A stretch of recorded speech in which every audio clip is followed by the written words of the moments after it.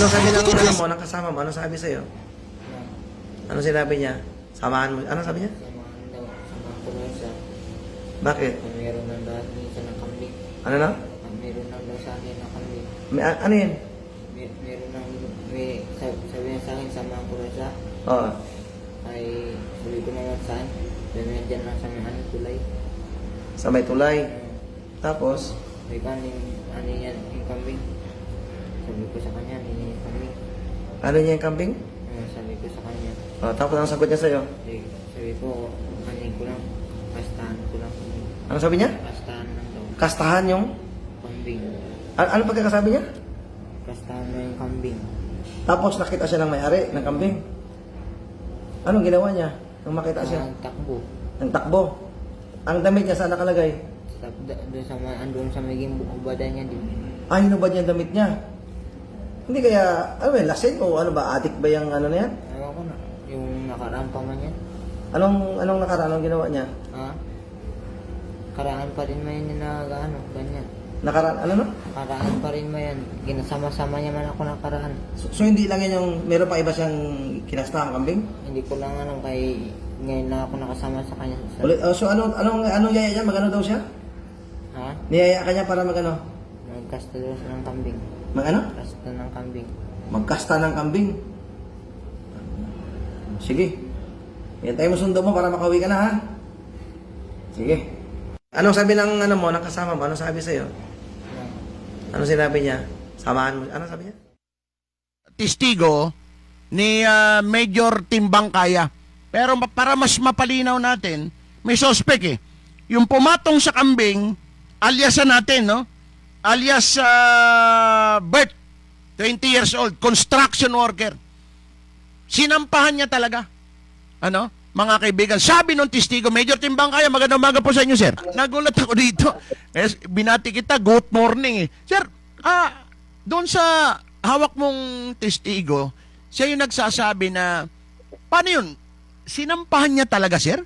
Base doon sa pagkakasalaysay ng hawak niyong testigo, kambing, pambihira, binembang. Hindi, ngayon lang ako nakadinig ng ganun, Major eh. Ano ba yung pagkakasalaysay sa inyo, sir? Yes, Sir Louie, actually, nung una ko siyang nakausap, hindi ko agad na i-dokumento, pero siya mismo sinasabi niya talagang hubad-hubad, Oo. nakapatong si alias Bert doon sa kambing at naabutan at tumakbo sa medyo. Mhm. Ito pong si Pogi na nasa istasyon ng pulis noong nakaraang araw o kahapon, ay siya ang nagsilbing iniwan ni alias Bert na lookout o tagabantay sa mga posibleng dumaan. At yun nga po, nangyari yung sitwasyon na yun at basil nga po doon sa atin pong na-dokumento, Sir Louie, at sa inyo pong exclusive sa Bandera Palawan na naibigay naman natin na sana maging awareness yan at kung sakasakali man ay meron tayong pangalawang follow-up. Sir Louie, for information po, kahapon nag-follow up tayo, hindi pumasok sa trabaho si Alias Bert at ngayong maga nandun na yung mga kasama ko para po mapuntahan at makausap yung may-ari ng kambing at makuha na din sana yung si Alias Bert. Oo. Sir, paano? Merong baka hindi pa alam ng mga kababayan natin, yung pasok ba ito sa animal cruelty o meron bang pwedeng isang pangkaso? Doon sa alam naman natin yung kambing talagang nawala si Major. Tawagan mo ulit. Alam naman natin ang katapat ng kambing talagang patatas. Ha? Pero paano ito? Baka hindi nyo alam. Pwede kayong ito alamin natin kay Major, ha? Dahil merong pwedeng Major? Opo, sir. Yes, sir. Opo. Tanong ko lang, sir, mayroong baka hindi alam ng iba nating kababayan na pagka ganito, may nangyaring ganito, pwede kang sampahan ng kaso kahit kambing yung biktima. Sir, meron bang ganon? Na pwede? Actually, meron na tayong tinatawag na sa ilalim ng batas, I think ito ay RA o Republic Act 8485. Oo. At ito po ay na-amend ng Republic Act 10631. Oo. Ito po yung bestiality. Yun pong tinatawag na immoral na pwedeng pananakit, pakikipagtalik sa anumang klase ng hayop. At ito po ay magiging basihan para po pwedeng ireklamo o magkaroon ng asunto kung sino mang taong pwedeng lumabag sa ganito pong mga sitwasyon o pagkakataon, Sir Louie. Teka, meron palang ganon. Sir, ano yun? Republic Act? 8485. 8485. Okay. Check nyo ha. Namin po ito, Oh, sige. namindahan po ito, Sir Louie, ng RE, Republic Act 10631. 10631. Okay. Pwede nyong i-google to mga kaibigan. Kasi kala nyo, alam nyo, sinasabi nilang katapat ng kambing, sir, patatas lang eh. Pero hindi. Hindi patatas. May kasong aabutin. So sir, paano to? Kailangan, yung kambing ba, kailangan bago isampa yung kaso doon sa nababanggit po nating RA, na patunayan na ginahasa talaga yung kambing. Paano? Isa sa ilalim ba siya sa medical o paano? At saka yung kambing buhay pa, hindi pa nakaldereta? O ano, Major? No? Well, actually, Sir Louie, ako, personal ko pong pag-analisa, pag-aaral, ay depende na yun sa magiging affidavit or kung sakali mo talagang decision mag-file ng kafeng may-ari ng kambing. Of course, meron tayong tinatawag na mga eyewitness. Eyewitness, Yung nakakita at mag-affidavit na mga nakakita nung time na mangyari yun. At siguro, possible ay hindi naman din kailangan na posible po na hindi naman i-examine niya. Pero kung talagang medyo maliban doon sa sitwasyon na ito'y ginahasa, sinakyan, pinatungan o kinastahan, ay baka magkaroon pa ng sugat o ano, pwedeng siguro ay maging basihan para ipacheck na lang sa mga possible ay sa veterinary kung ano talaga yung mga maging pwede pang makitang ebidensya na makakatulong doon sa pwedeng sitwasyon na pwedeng mangyari base po doon sa kaso ng bestiality. Okay.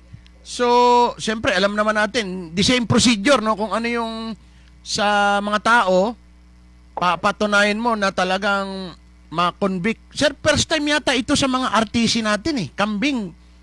Kung halimbawa maisampan yung kaso, so, medico legal, ganun. May medico legal yung baka may naiwan na specimen doon sa kambing, ganun. Parang tao din ang magiging procedure.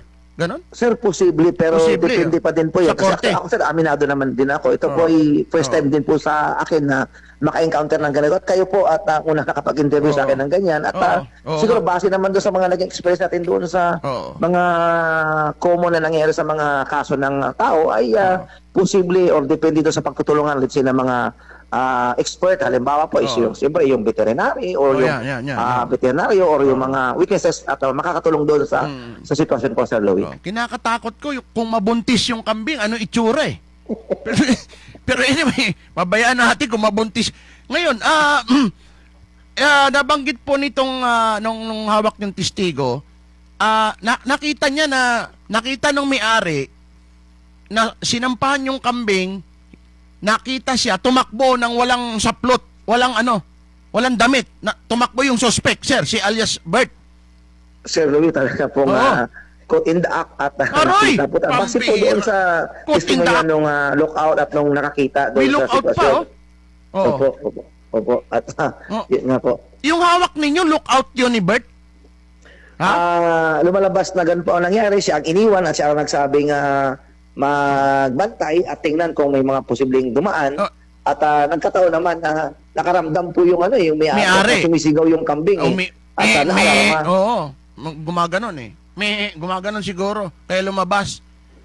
Opo, po. Grabe naman yung niya, Major. Gumamit pa talaga siya ng lookout. Grabe. Ito naman lookout, pumayag. Sir, yung hawak mo, pumayag na maging lookout siya habang kinakastahan nito ni Bert yung kambing. Sir Louie, actually, base sa kwento nung ni Pogi, yung hall natin dito ay hindi lang siya isang beses ni Yaya na gumawa ng gano'n at twice, thrice at nagulat din daw siya na ito pala yung kambing ang gagahasain. Kala niya tao? Di ang pumayag siyang maging lookout. Ay pambira. So sir, hindi ano yung suspect? Saan nagtatrabaho? Mukhang pupuntahan niyo kahapon, sabi niyo hindi umuwi. Yes sir, kahapon pinalo up, hindi nakuha yung tao. Ngayon po, bumalik na naman yung ating mga kasamahan para po hopefully ay makuha si Elizabeth at yung may-ari ng kambing at alamin natin kung actually lumalabas po na hindi ko taga-Il Nido ito, dayo ito. Ako, dayo na naman, pambira talaga. Iba-iba eh. Pati ba naman? Sir, yung kambing nasan ngayon? Ang kambing po sila sa pagkakaalam ko po ay isinipti ng may-ari. Mukhang Sir Louie, na-trauma eh. Yung kambing na trauma? Ay pambira. Ang inaano ko nyo kung mabuntis, ano itsura? Yun ang delikado ron eh. Sir, anong barangay to? Anong barangay sa ano? El Ito Nido? po yung Sitio Lamoro, Barangay Pasadena. Lamoro, Pasadena. Ah, alam ko to. Doon sa may bandang Lamoro Bridge. Lamoro Bridge. Lamoro. So, actually, doon mismo yun, sa bridge, doon mismo sa tulay, doon mismo yun. Napuntahan ko yung Lamoro Bridge na yan, sir, dahil yan, ano yan eh. Ang gumawa niyan, yung Wawaw eh. Paldo. Oo. Sir Louie, Paldo. Ha? Paldo? Paldo. Pambira. Pinunta namin yan, yung slope protection na yan. Diyan banda? Sa Lamoro Bridge 1? Diyan po. Ay, pambira naman yan. No, talaga naman to. Alam ko yung lugar na yan eh. Yan yung slope protection na ginawa ni Wawaw Builders na hindi pa nababayaran. Biyak-biyak na. Major? Yes po. Oo. Yan po.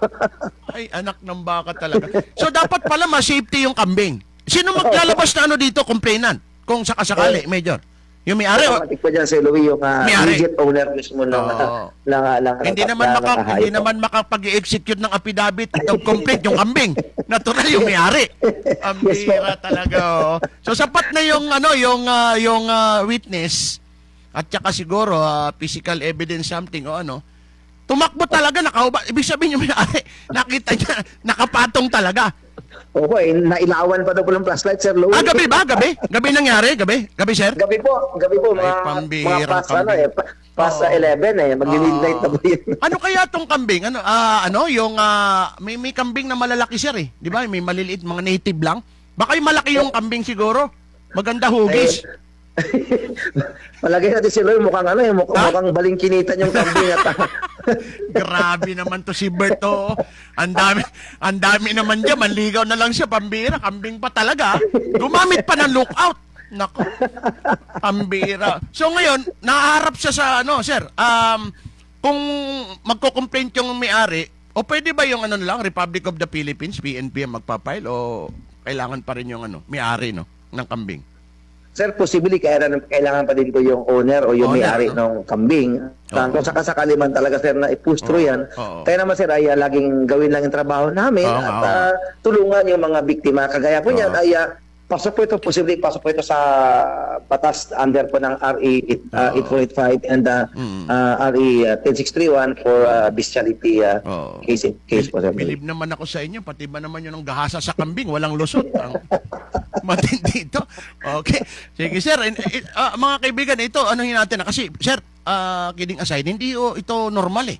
Sa mga ganito na, biro mo, karamihan sa nadidinig natin, talagang tao, ginagahasa o ano. Pero ito, hayop ito eh. Pero maganda na rin, Major, itong istorya na to, ay alam natin na yung animal cruelty, hindi pinapayagan, may protection din para sa kambing, sa Yes aso. po. Oo. Opo. Yun. Pwede sana Opo. kung diniretso nyo na ng kawayan, kilawin, o kaldereta. Pwede pa yon. Pero yung gasain, ay anak ng baka talaga. O sige.